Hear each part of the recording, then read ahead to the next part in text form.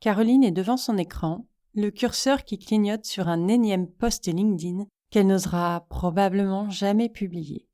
« Je le reprendrai demain », dit-elle en ajoutant aux 28 autres brouillons qui dorment déjà dans son dossier. Elle fait défiler son fil d'actualité et grimace. Un de ses concurrents vient de poster un article bourré de fautes avec un visuel bâclé qui a 47 likes et 12 commentaires. Elle secoue la tête. Elle aurait tellement mieux fait. Sauf que, voilà, lui, il ose. Au même moment, dans une salle de réunion du 8e d'une tour de la Défense, Thomas tripote nerveusement son stylo. Son cœur s'accélère. La discussion s'oriente exactement vers la solution qu'il a en tête depuis des semaines. Il ouvre la bouche et la referme. Non, si je me trompe. Et si on réorganisait le workflow comme ça, lance Maxime, un jeune chef de projet? Thomas se fige. C'est mot pour mot ce qu'il voulait proposer. La directrice s'enthousiasme, les collègues acquiescent et Maxime rayonne. Thomas, lui, ressent un mix de colère et de soulagement. Le plus dingue, c'est que Caroline explose les objectifs de ses clients actuels. Et pour Thomas, toute l'équipe vient le voir en offre pour avoir son expertise technique. Mais leur petite voix est là et susurre. « T'es sûr de toi ? C'est peut-être pas le bon moment. » Elle bouffe leur lumière et étouffe leur talent. Je la connais par cœur, cette voix. Je l'ai entendue des dizaines de fois en coaching. Cette peur du jugement qui transforme les petits grains de sable en gros cailloux. Si ça te parle, reste ici. Je suis Rika et j'aide les freelances et entrepreneurs à déconstruire les peurs et croyances qui les freinent. Parce que parfois, c'est pas la stratégie qui manque. C'est ce qu'on se raconte qui nous bloque. Dans ce podcast, on met les choses à plat. On explore ce qui t'empêche d'oser, de décider, de t'affirmer. Et surtout, on voit comment reprendre confiance et avancer en étant bien dans tes bottes. Tu sais ce qui me frappe à chaque fois qu'on décortique cette peur du jugement? Ces racines. Ces racines qui plongent tellement profond. Et cette peur du jugement, elle s'installe tranquillement, petit à petit, sans faire de bruit. Elle peut venir des fois où la maîtresse t'a repris devant la classe, des rires quand t'as fait une erreur au tableau, de la comparaison avec tes frères et sœurs ou avec les autres en général, des « fais attention à ce que les gens vont penser », des « pour qui tu te prends ». Et maintenant, elle squatte, elle prend ses aises. Dans le business, elle adore se planquer derrière des excuses bien rodées, du genre « je dois encore me former », mon site n'est pas parfait, je manque encore un peu d'expérience, je ferai des vidéos quand j'aurai perdu 5 kilos, j'ai l'air trop vieille, et j'en passe. En entreprise, elle va être carrément stratégique. C'est pas à moi de proposer ça, je suis trop junior pour cette promotion, je vais attendre la prochaine réunion, il faut que je bosse encore un peu plus. Je l'ai vu des dizaines de fois. Mais ton expertise mérite mieux que de rester dans l'ombre. Les stratégies de fuite, les comportements qu'on met en place pour éviter les regards, ils ont tous un point commun. Ils donnent l'illusion de nous protéger. Et la première stratégie, qui est redoutable, c'est de se fondre dans la masse. Pas de vague, pas de risque, tu fais comme tout le monde, t'attends que quelqu'un d'autre propose l'idée, tu suis l'avis général, t'évites de te faire remarquer, tu proposes les mêmes offres que la concurrence. La deuxième stratégie, elle m'épuise rien que d'en parler, c'est la surcompensation. Tu bosses comme une dingue. T'en fais toujours plus pour prouver ta valeur. Par exemple, t'es le premier arrivé, le dernier parti. T'acceptes toutes les demandes, tu dis jamais non. La troisième stratégie, c'est l'attente de validation. Elle nous met en pause. Elle nous bloque. On attend. On attend que quelqu'un nous dise « vas-y ». On attend la certification magique qui va tout débloquer. On attend d'avoir plus d'expérience. On attend de se sentir prêt. On attend de maîtriser à 100%. On attend d'être plus légitime. On attend la preuve qu'on peut y aller. Et pendant qu'on attend, le temps passe. La validation qu'on espère, elle viendra jamais de l'extérieur. Même avec 12 certifications. même avec 15 ans d'expérience. Ta petite voix, là, celle qui te dit d'attendre, celle qui est en toi, elle trouvera toujours une raison d'attendre encore. La 4e stratégie qu'on met en place dans ces cas-là, c'est la justification. On s'excuse, on s'explique, on se justifie, même quand personne ne demande rien. Ces stratégies, bien évidemment, on pense qu'elles nous protègent. Alors, dans un sens, oui, mais surtout, elles nous empêchent de vivre nos rêves, elles nous empêchent d'avancer comme on le voudrait, elles nous empêchent de gagner de l'argent, elles nous empêchent de faire le métier de nos rêves. Et on se contente de rêver notre vie. Si tu es encore là, probablement que tu te reconnais dans au moins une de ces stratégies. Tu restes bloqué, les opportunités passent, les projets avancent sans toi. Tu vois d'autres personnes prendre ta place, pas forcément meilleures, mais elles sont juste assez à l'aise pour se mettre en avant. Tes prospects, ils vont voir la concurrence pendant que toi, tu peaufines ton offre. Ton business ne décolle pas vraiment parce que tu n'arrives pas à mettre le prix que tu vaux. Ton expertise reste cachée parce que tu n'oses pas sortir de l'ombre. Et puis, c'est fatigant de surveiller chaque mot, chaque geste, de porter un masque en permanence, de tout vérifier, tout contrôler. Normal que tu sois vidé. J'ai accompagné tellement de personnes dans cette situation, je les ai vues se libérer, retrouver leur énergie, leur naturel, briller comme elles savent, comme elles peuvent le faire. Je vais te montrer comment faire pareil, comment arrêter de te cacher et enfin prendre ta place. Et pour ça, il faut commencer par changer ton regard sur le jugement des autres. Je sais, plus facile à dire qu'à faire. Mais en fait, c'est une question de perspective. Tout le monde est tellement concentré sur sa propre image, sur son propre ego, qu'il n'a pas le temps de juger la tienne. En business, c'est pareil. Les gens sont trop focus sur leurs propres challenges, leurs propres peurs, leurs propres objectifs. Et puis parfois, tu reçois un message d'un client qui dit « ton poste m'a trop aidé » ou d'un collègue qui te dit que ta présentation était super claire, alors que toi, tu te trouvais nul. Le jugement que tu imagines est 1000 fois plus dur que celui qui existe vraiment. Tu te mets une pression de dingue pour un truc qui n'existe que dans ta tête. D'ailleurs, on va parler de ta vraie valeur. On passe notre temps à regarder ce qui nous manque, les compétences qu'on n'a pas, l'expérience qui n'est pas assez longue.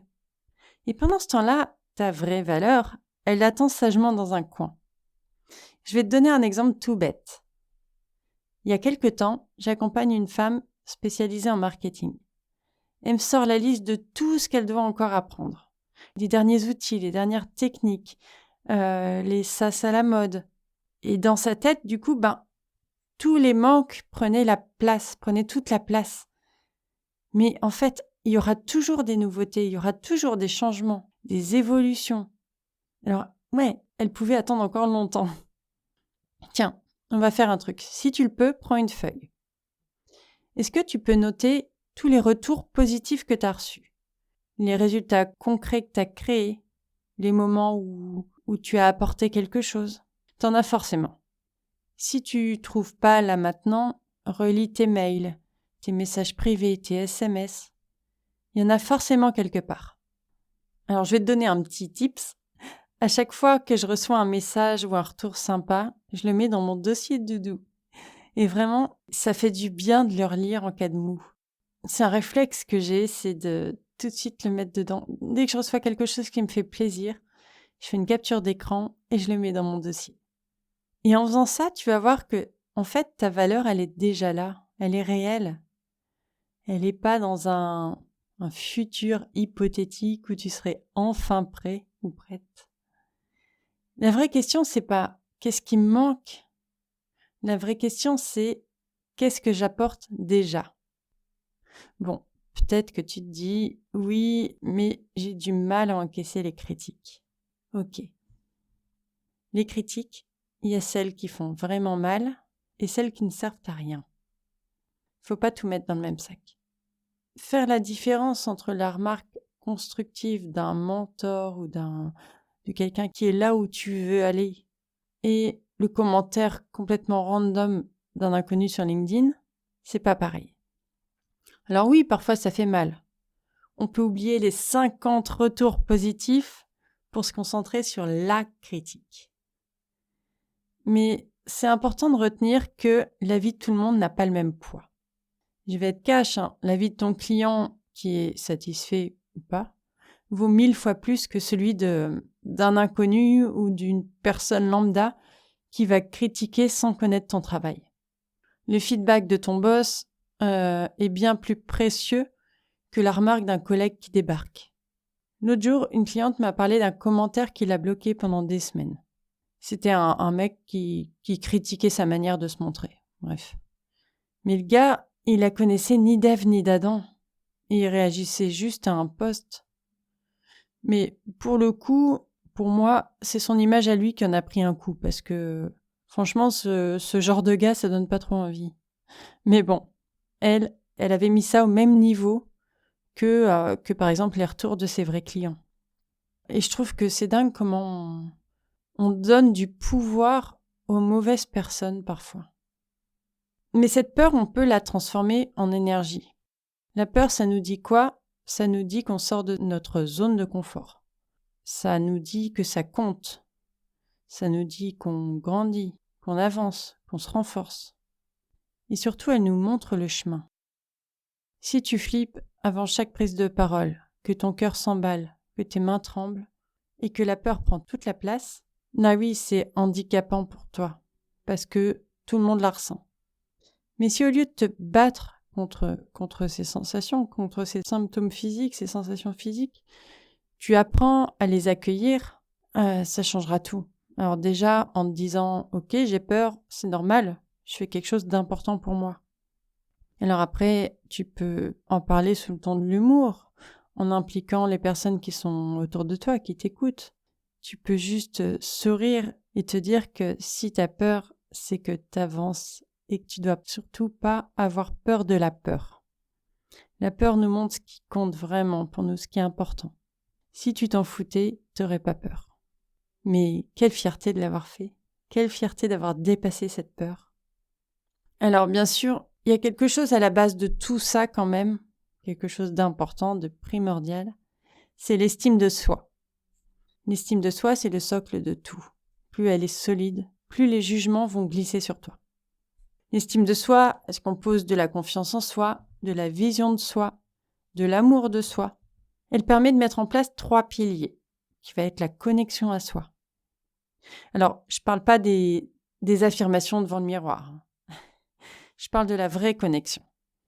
Celle qui te fait sentir qui t'es vraiment, ce qui compte pour toi, tes valeurs, ta mission. Le deuxième pilier, c'est ton cadre, tes limites, ce que tu acceptes, ce que tu refuses. Dire les non qui te respectent et les oui qui t'animent. Le troisième pilier, c'est l'action alignée. Pas l'action pour l'action, mais l'action qui te ressemble, qui respecte tes valeurs, qui nourrit ta confiance. Je vois tellement de personnes qui cherchent l'estime à l'extérieur, dans le regard des autres, dans la validation, dans les likes. Mais la vraie estime, elle se construit de l'intérieur, jour après jour, action après action. Allez, on va faire un premier exercice tout simple, qui pose les bases. Note 3 moments de fierté. Des moments où tu étais contente de toi. Des moments où tu t'en es sorti mieux que tu ne le pensais.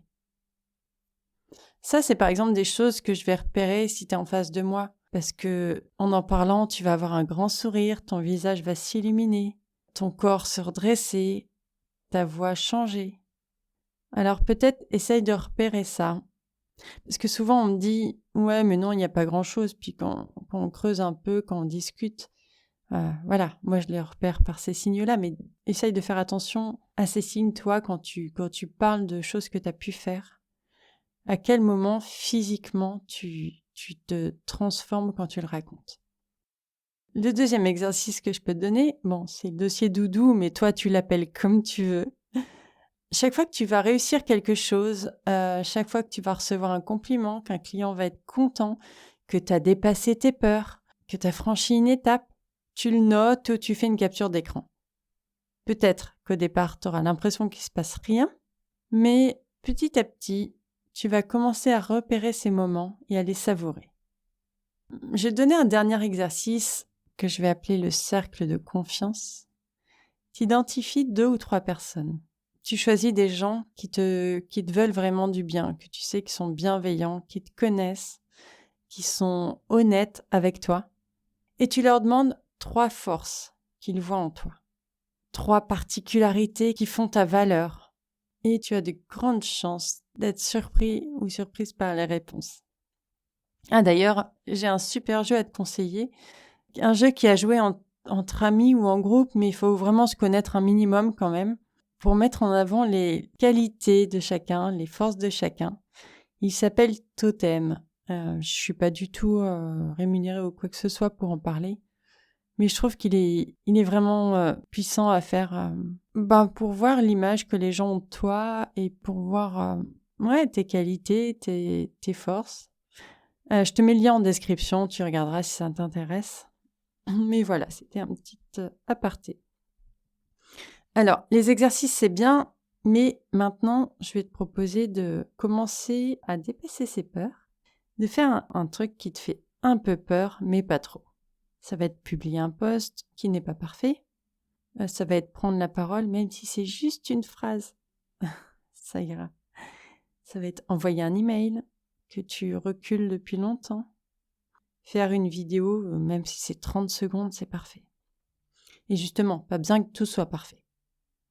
Et comme ça, tu pourras mettre dans ton dossier doudou, je l'ai fait. En fait, l'idée là, c'est de créer des preuves concrètes que tu peux le faire. Parce que, à chaque victoire, ton estime va grandir. À chaque action, ta confiance va se renforcer. Et à chaque pas en avant, ta peur va reculer un peu. Alors bien sûr, des fois ça marche pas comme prévu. Parfois il n'y a pas de retour, parfois il y a une critique. Mais plus tu montres qui tu es, plus tu deviens intouchable. Parce qu'au début tu te caches, tu lisses, tu contrôles, tu veux être parfait. Tu vas imiter les autres, leur style, tu vas reprendre leur expression. Mais tu vois bien que ça marche pas. Parce que les gens le sentent et que le manque d'authenticité, ça se repère direct. Mais quand tu montres qui tu es, tu vas attirer les bonnes personnes, celles qui vont te correspondre. Si les autres partent, c'est tant mieux. Parce que quand on arrête de faire semblant, on crée une connexion vraiment plus forte. Et en parlant de connexion, d'ailleurs, je voudrais te parler de vulnérabilité.